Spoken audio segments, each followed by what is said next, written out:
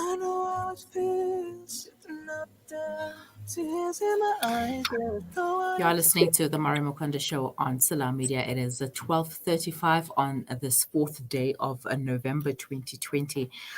South. It is estimated that about 600,000 South Africans are addicted to codeine. Rehab centers have been inundated with children hooked on the drug, and despite a spike in the addiction rate and pleading for action, there is seemingly no plan to quell the scourge. Joining me right now is Professor Charles. Let me just get the proper information. You know what, man? Joining me right now is Professor Charles Parry, who is the Director of Alcohol, Tobacco, and Other Drug Research Unit at South African Medical Research Council, to talk more about this addiction and what can be done to curb the scourge. Professor, good day.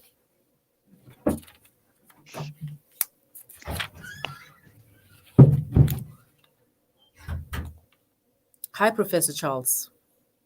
I can't hear you, sorry. Hi, Professor. Still can't hear me? All right.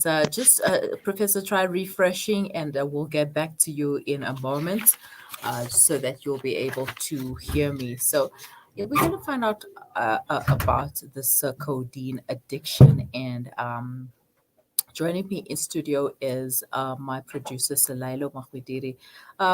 Mr. Producer, thank you for joining me. So, what are your thoughts on the rise of codeine addiction? I think it's mainly influenced by pop culture. Um, a lot of musicians, rappers, people that are in the limelight. It's a thing. It's cool to have they call it a cup of something pink. Do you Yeah. think that it's really influenced by hip hop, or is it just like an easy drug to get, an easily available drug? It's something that kids could get a quick Yeah. high on and return to life. I think it's a combination of both because it's really affordable. I mean, it's cough syrup, Yeah. and also a bit of pop culture, as I mentioned. Young people follow these musicians and rappers, and they kind of like idolize them. In every music video and every performance that they follow, these guys have this thing in their cups, and it's like filled to the brim. So in following in those footsteps and wanting to emulate their idols, they'll automatically fall into that trap, which is, a really dangerous thing. Yeah. It is very dangerous and also scary because, as a Yeah. parent, you wonder what is your child getting up to when they go Yeah. to school. I remember coming across a group of school-going kids. They must have been in grade 8, 9, Mhm. and they had a bottle, a 2-liter bottle of Sprite. No, it Yeah. wasn't Sprite, but it was another brand, but of the same type of Yeah. soda.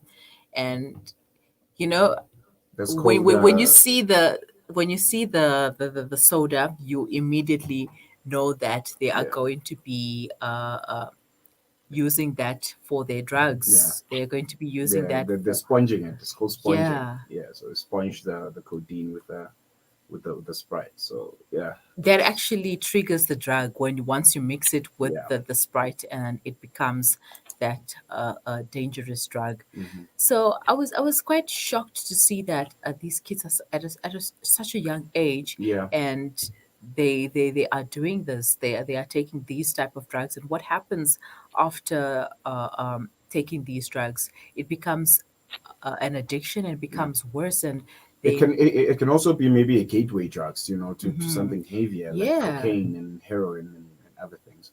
And the Yeah. methamphetamine, also known as stick. Stick. Yeah. So once you get addicted to those drugs, it becomes very difficult to rehabilitate Yeah. oneself, Definitely. to get them out of your system and become Wow. I'm hopeful that Professor Charles Perry can tell us more about this and how we can help them, what we can do as parents, as community members, as the people of society, because we are losing our youth to things like this, easy drugs like codeine. I know that I don't like taking cough syrup because of the fact that it makes me drowsy and sleepy. It's I a don't like it downer. at all. It's a It is downer. it Yeah. isn't. And every time I have a cough and I have to take it, I'm just like, no. Why should I take cough syrup? Can I take something else?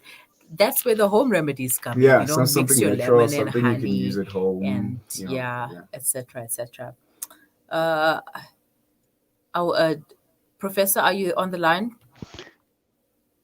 Can Am you on the hear me line. now? Can you hear me? I Yes, can I hear can you. hear you. Thank you. Thank you so much, Professor, for staying on the line right now. Okay, so for those who may not know, please explain what codeine is and what our youth are doing to get high on codeine. Okay, codeine is one of the most commonly consumed opiates in the world, and it's made, if it's used properly, it's used for pain, diarrhea, and coughing, mainly pain. It's commonly formulated in analgesic products with paracetamol or ibuprofen, sometimes with caffeine in as well. You can get it over the counter as an S2 Schedule 2 medication, or via prescription. The effects are milder than heroin, but people do develop tolerance within a short period of time, and they need more than to get the same effect. And some people metabolize codeine into morphine quicker than others, so it doesn't affect people always in the same way. As I said, it's easy to access, and you can develop tolerance over time. And it can lead to depression and anxiety and so on.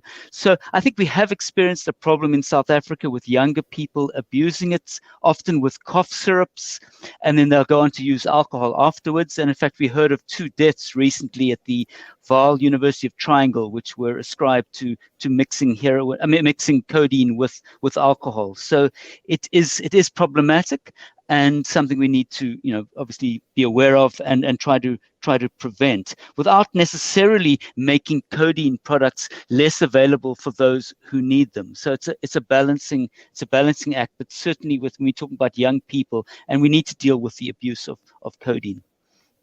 Definitely. Now, as a parent, how can you tell if your child is abusing codeine? It's very difficult, and I guess you'd look for packets of the pills, the tablets, and certainly our data from treatment centers is seeing a substantial increase over the last few years in young people under 20 coming to treatment for codeine related problems. The products are, the tablet is often abused is Adcodol or Stilpain, and the syrups is Bronclear and Benylin syrup with codeine. So I guess you would see those boxes and sort of things like that around. Codeine is a depressant, so you might see your child being less sort of active than usual. Maybe they'd be secretive in the way they sort of act. But I guess you need to understand is there a change in their mood, in their behavior, and then try and have that sort of communication. But often it's done very secretly. The kids will go and buy codeine on the way to a party. Maybe they'll preload with it and then drink alcohol afterwards.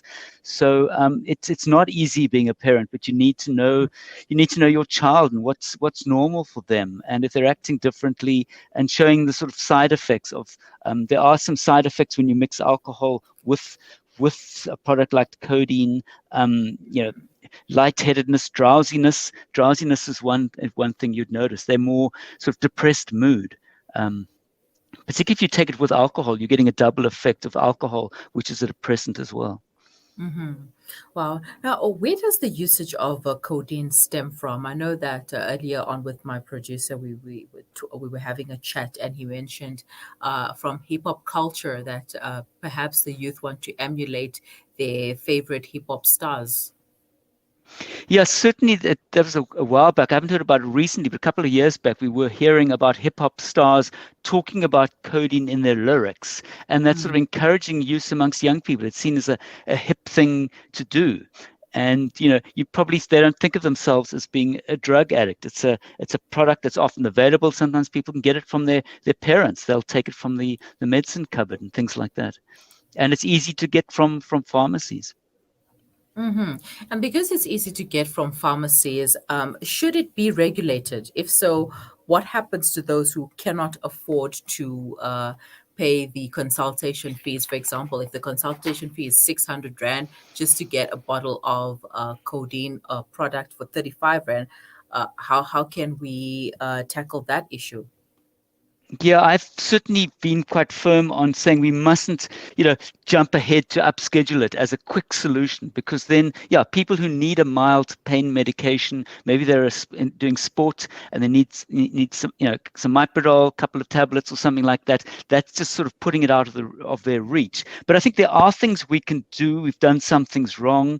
Mm-hmm. At one time, you could get sort of 100 Adcodol tablets, and you can go to the next pharmacy and get another 100 or something like that.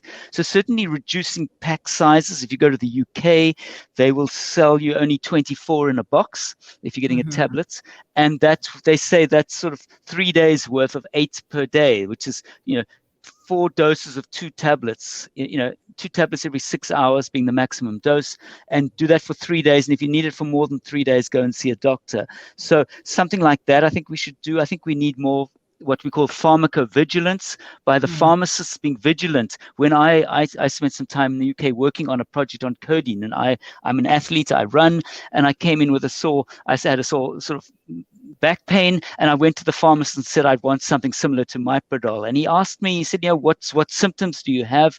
So I told him, and he said, you know what, paracetamol and some Voltaren gel will do just fine. And it did. So I think we often reach for the Miprodol, Adcodol without thinking, do we really need it? So I think pharmacists need to do more of a job of finding out if this is what the person really needs. And certainly in the UK, there's protocol in pharmacies to actually not just hand it over, but to find out why the person is asking for it.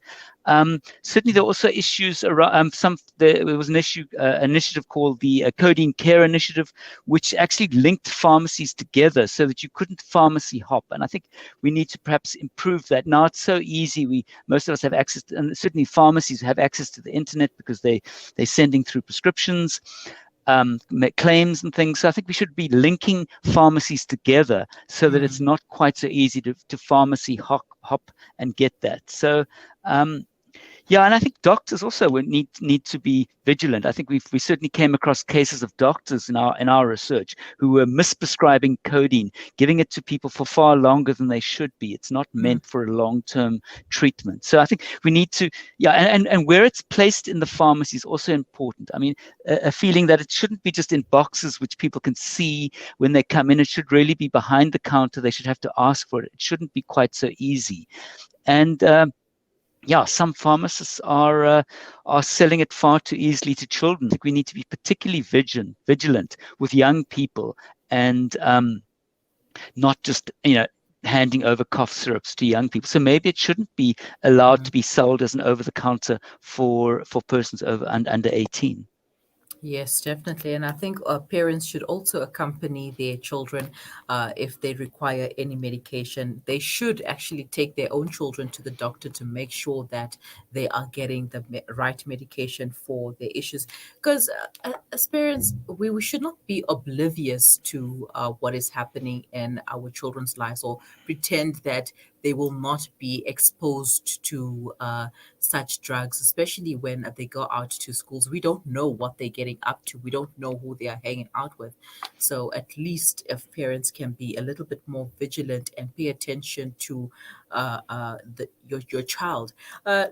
Just quickly give us some long-term effects of codeine abuse. Professor? Uh, Professor, are you still there?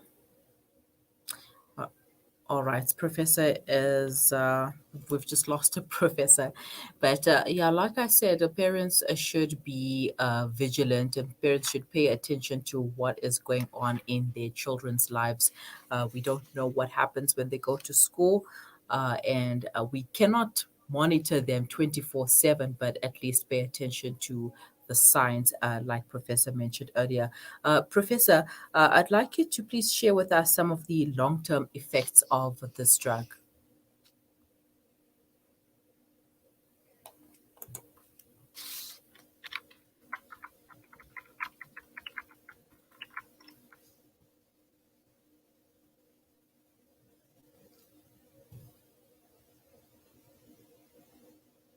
All right, some technical difficulties over there. We could not hear a professor, and it seems like we've lost him again. You know, I'm not going to say it. Yeah, you probably expected me to say it's the network. It probably is, but it is what it is, especially if we are using our online platforms. I think our online platforms are also tired, but this is the new normal. So we are going to get used to the new normal. Please share your comments, questions, queries, or suggestions with us in the comment section below, or send them to us on WhatsApp. The number is 061 We are talking about the rise of codeine addiction amongst South African youth with Professor Charles Parry. Professor, thank you for staying on the line. Now, what are the long-term effects of abusing codeine?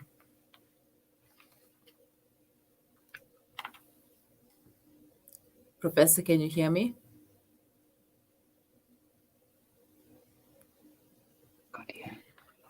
All right, Professor, you cannot hear me, and unfortunately, I'm going to have to cut the interview short. But thank you, Professor Charles Parry, for taking the time out and for sharing that valuable information with us. Professor Charles Parry is the Director of Alcohol, Tobacco, and Other Drug Research Unit at the South African Medical Research Council. And we were talking about the rise of codeine addiction amongst South African youth, something to be very concerned about because the numbers are on the rise. And if you are a parent with a young child, please pay attention to their behavior. They might be abusing codeine, and some of them might not be taking it with alcohol, but they do mix it with Sprite or other similar sodas. So be very careful, be vigilant, and pay attention to what your child is doing. And once again, leave your comments, questions, queries, or suggestions in the comment section. We are live on Facebook, or you can send them to us on WhatsApp. The number is 061 We will be right back after the break.